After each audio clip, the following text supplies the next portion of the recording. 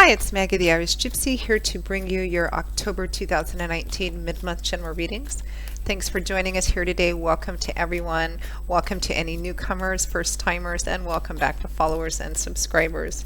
Yes, my background has changed. I'm off traveling again, currently back in Eastern Europe, in Poland right now, although I may be taking a trip to North Africa in a couple of weeks. The weather here is starting to turn rather cold and often rainy. All right, let's jump right into this. This reading is for the water sign of Cancer.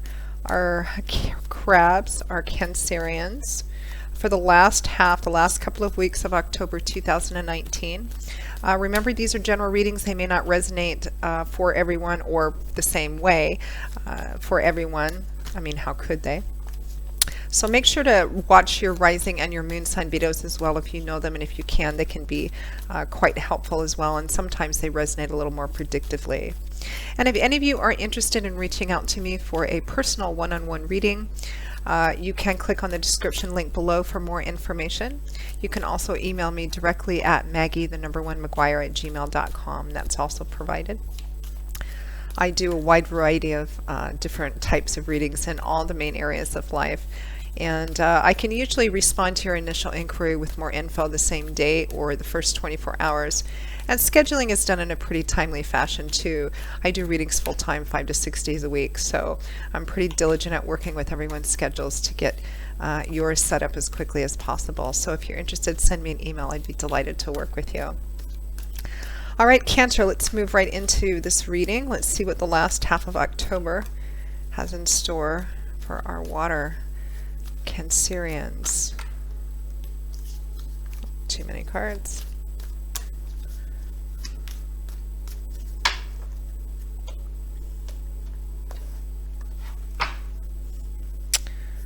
Okay, Cancer, we begin with the Five of Swords, followed by the Three of Wands. I am using the Gilded Tarot by artist Cyril Marchetti. We have the World,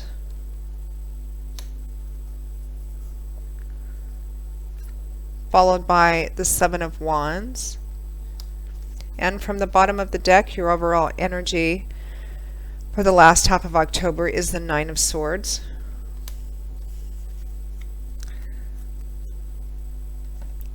I always say I don't like the Nine of Swords when it comes up, and I don't, because it represents a lot of stress, anxiety, and worry, unnecessarily so.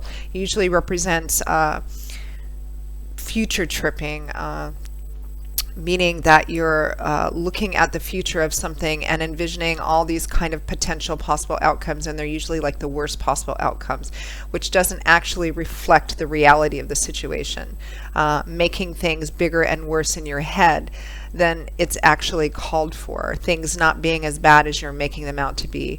And it usually comes up when someone is in fear of the future, and the future they envision in whatever area of your life this is going to resonate in is a very negative future, or feeling like there's no answers when in fact there actually is.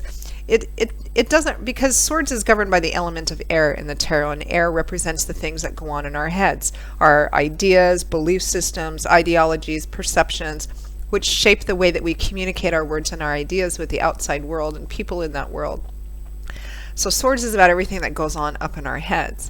So this woman is, suffering from insomnia, late at night, stress, worry, anxiety, kind of her thoughts chasing each other, obsessively dwelling on, a situation, and all of the swords represent all these different ideas and thoughts and fears about how things are going to work out. What am I going to do if this happens? What am I going to do if this doesn't happen? When in fact a solution or clarity might be closer than you think, or the answer is closer than you think, as represented by the little owl that's sitting on the windowsill there, which is one of those universal symbols for enlightenment and answered truth, a solution, etc. She's actually not seeing the owl, not able to think of anything else outside of the negativity, because all she's focused on, is the fear, stress, anxiety.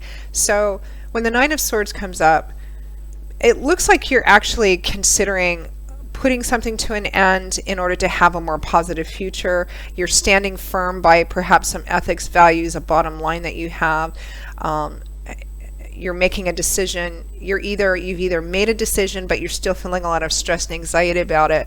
Or I think for a lot of you, you're considering bringing something to an end or making an ultimatum, taking a stand on something which may cost you a relationship or set of relationships, and you're kind of stressed and worried about how that's going to play out in the future, which hasn't even unfolded yet.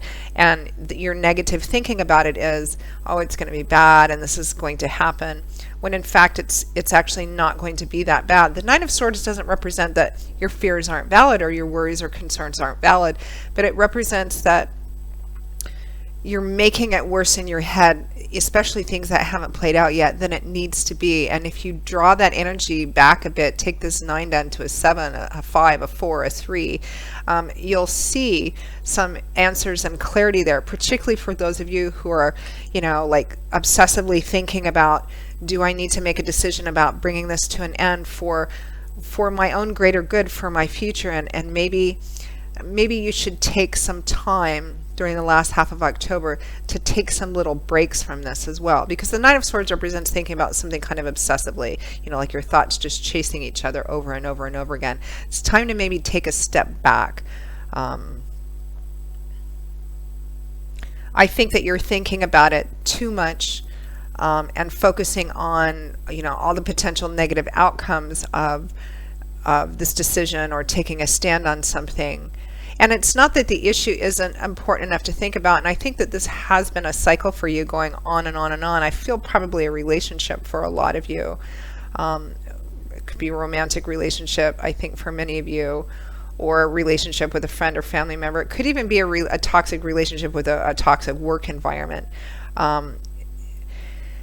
It looks like you've either made, are making, or are considering making a move away from whatever this is, because it's going to resonate differently for everyone.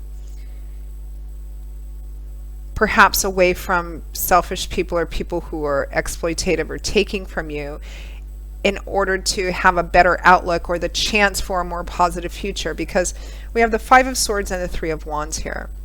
The Five of Swords represents winning a victory, but it's a hard-won victory, and it may not feel like a victory at first.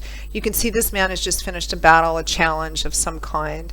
His enemies, opponents, or what the challenge represents is these people are laying on the ground behind him. He's gathered up all their weapons. He's holding his own as aloft in victory. But the colors are still murky. He looks tired, worn out, exhausted. He's bleeding from a little cut on his forehead.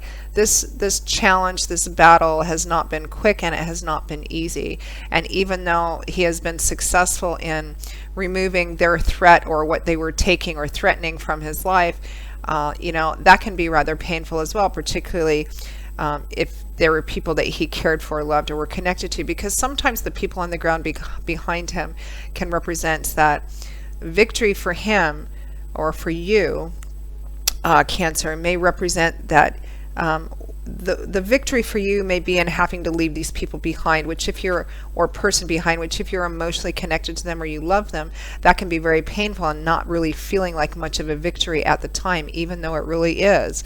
Now, particularly if you're involved in a relationship, romantic or otherwise, or at work, with perhaps, people who have been selfish or exploitative, or for whom you've invested a lot more than they've invested in return. But you still have this history and this connection with them.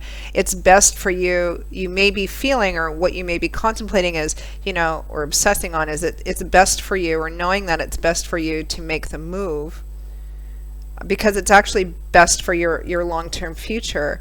But doing that, even though Spirit would say this is a win and this is a victory because of what it's going to open up for you, of course it doesn't feel like a victory at the time. It just hurts, or it's difficult, it's challenging, it's sticky, it's complicated, etc.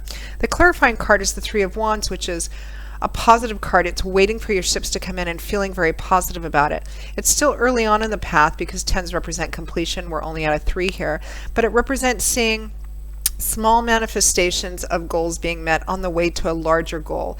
It's about feeling positive about what's happening now and waiting, a kind of a gestative, patient waiting feel for something that's coming a little ways down the road that's going to be much better for you. Next to that, we have the world clarified by the Seven of Wands. Similar sort of energy. The world is a card of completion. It's the last major arcana card in the tarot, the first being the Fool, who has a 0 at the top of his card, and all the cards after that are about the Fool's journey through life, our journey through life, how we learn and change and grow and, succeed and fail and triumph and defeat, and we learn until we get to the end, the world, where we've reached the top of a particular significant mountain. We've come to the end of a particularly important chapter of our life, or set of chapters of our lives, and we've achieved a lot of growth, and now we're looking forward and onto a new horizon, and we're preparing for the next journey in our life. Major completion energy, and the Seven of Wands clarifies that. The Seven of Wands is a defensive card. It's a card of defending that which you hold very near and dear to your heart, which you have a lot invested in. It could be a belief system, an ideology, which I think it is for a lot of you. Maybe a set of, it's your bottom line. I mean, sometimes it can represent defending an actual structure that you've put a lot of effort into. But here I feel like this is primarily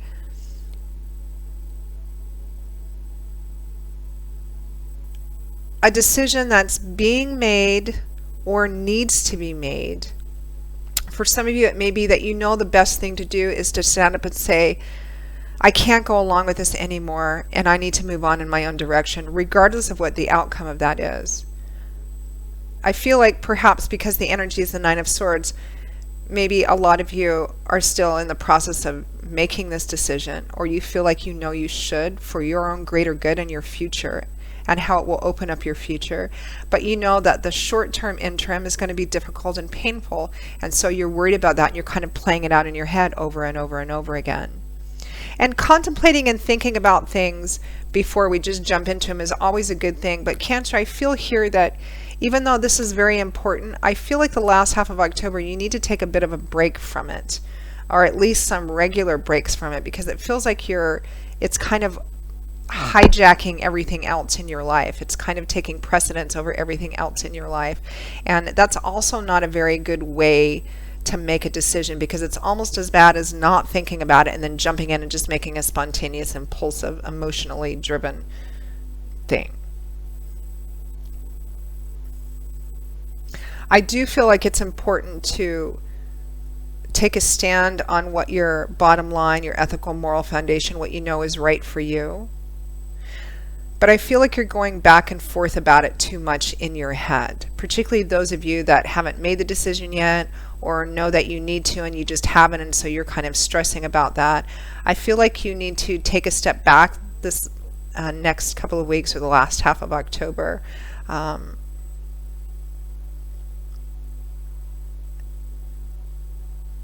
Because I think that for many of you, you already know what to do. If it's about leaving someone in a personal relationship, like a romantic relationship, you're standing up for yourself may create positive change in the relationship, or it may mean that you have to leave them behind. I'm not certain, and in a general reading, it's going to play out differently for everybody. That's where the personal readings are more predictive here, because it's going to be, for some, it may have this result on the relationship. For others, it may not.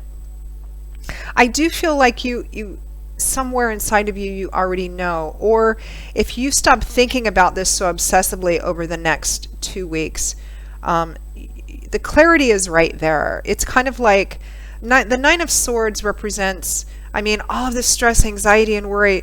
But here's the answer, the solution, the insight. It's right there. It's kind of like you can't see the forest for the trees. And because you're the card from the bottom of the deck, the crowning card, which is interesting because we take it from the bottom of the deck.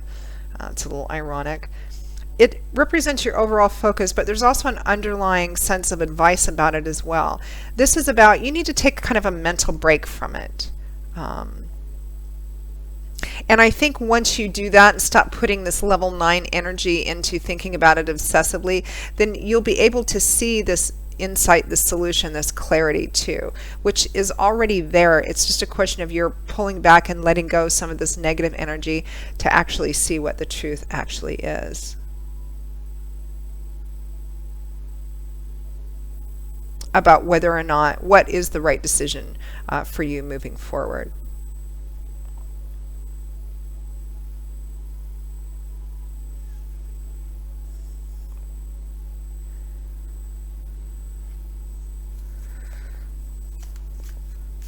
I'm going to pull an additional advice card for you, Cancer.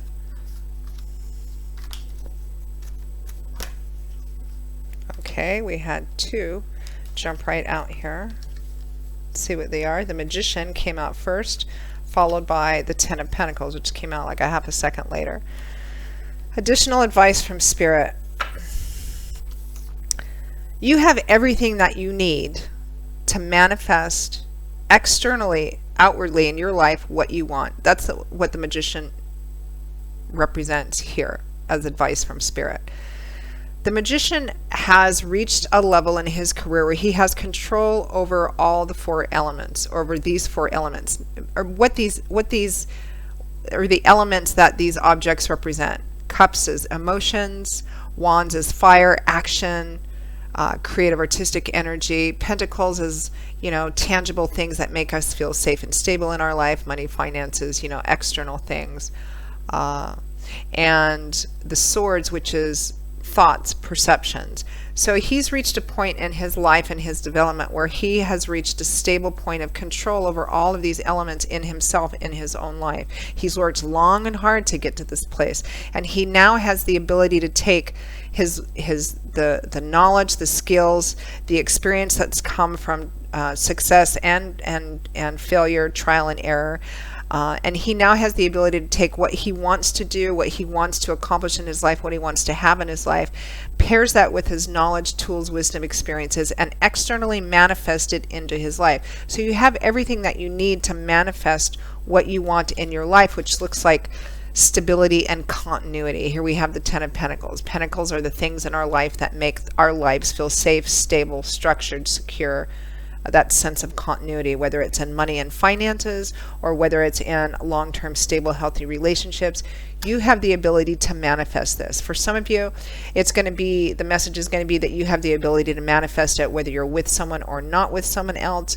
And sometimes, and for some of you, this is going to represent that you need to stand firm by what you really want and make the decision that's going to open up a path for you, that's going to bring what you want in. And if that means that you have to leave a selfish, exploitative, or relationship or situation in your life where you're giving more than you're receiving, then that's what you need to do, even though the short-term, interim healing phase of that may be difficult and challenging. It always is, and we don't want to go through it. But that's what needs to happen in order to open up the pathway for what you really want, need, and deserve to come in, regardless of what the consequences of these actions are. If it's a relationship, again, or a work situation, they may counter with an offer. We didn't know you were so unhappy, or, what can we do to help you stay? Or if it's a relationship, maybe the other person will wake up, and maybe not.